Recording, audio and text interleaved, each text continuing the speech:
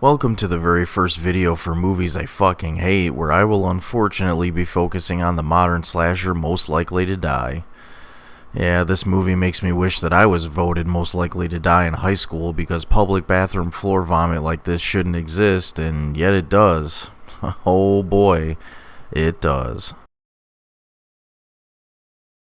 There's been a pretty hefty wave of new slashers being put out in recent years. Some of them have really surprised me, like The Final Girls or the 4 films from the Hatchet franchise. A lot of other homage slashers haven't really been anything more than muddy, filmy droll that you find at the bottom of your swimming pool in your backyard that you haven't shocked or cleaned at all in the last 5 summers. Scummy, minerally layers that just keep building up and building up to the point of ruining the very grass that it's sitting on. That's exactly where Most Likely to Die resides. At the fucking bottom of your pool in the backyard that's full of your entire family's last year's worth of piss and algae.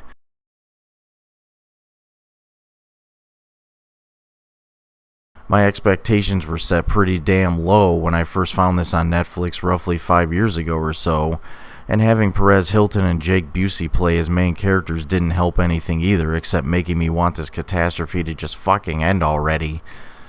Basically what you have here is a bunch of people that used to be friends in high school who decide to host their own little high school reunion at one of the guys in their shitty clique's house that plays pro hockey for the New York Rangers.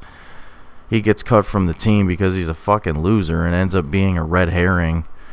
The person killing everyone in the movie wears a painfully stupid bright blue graduation gown and cap, a papier-mâché mask made out of pages from a yearbook, which is just appallingly lame, and the cap has a random blade inside of it. You can only guess what happens with that. Most Likely to Die ended up being as ridiculously predictable as you could possibly get, and that really didn't help anything either.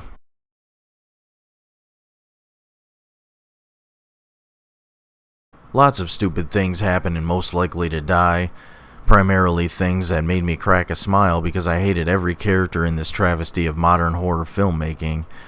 This douchebag is depressed and drinking alone, which I have done a bunch in the past, and mentally goes back in his mind to play some hockey. Some slutty chick in a really short graduation gown shows up, drinks some Shiner Bock, takes a look at the pointless blown up yearbook spread on the wall, and takes what feels like an eternity to run outside and get pulled into this outhouse looking building by the yearbook killer. I don't even care if that's what his name is in this pile of dino excrement. But pretty much every kill in Most Likely to Die is like this. Uneventful bullshit where characters that no one cares about die in really mediocre ways that just make me laugh. There's a scene where someone gets bullied and has a gun in their locker that no one cares about. There's also a food fight scene which no horror movie or otherwise could ever top the food fight scene in the SOV classic Sledgehammer. Check out my video for that movie to see what I'm talking about to compare. There's a really garbage sex scene as well that serves no purpose besides wasting time, just like the rest of this watery baby bird turd. I'm gonna be honest with you, Zits and Zombies, I didn't even actually give this a second watch to make this video. I sort of just skimmed through it to write down specific notes as well as taking the review I had written for it already and just make the script for it. There's no point for me to waste my own time sitting through this again, and there's no real point in you watching it for the first time ever.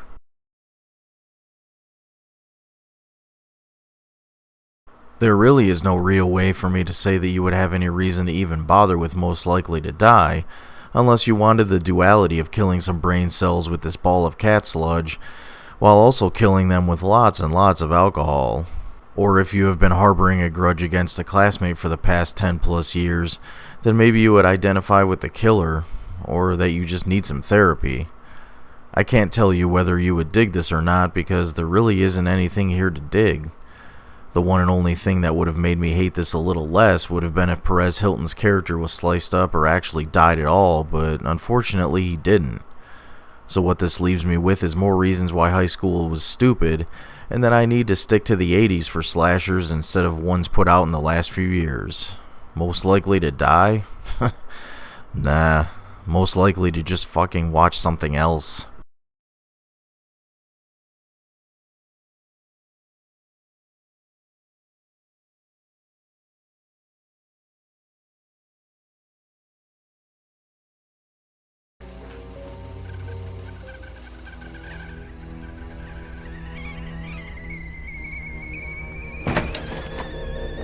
You're okay. He's out there. Where's DJ? He's...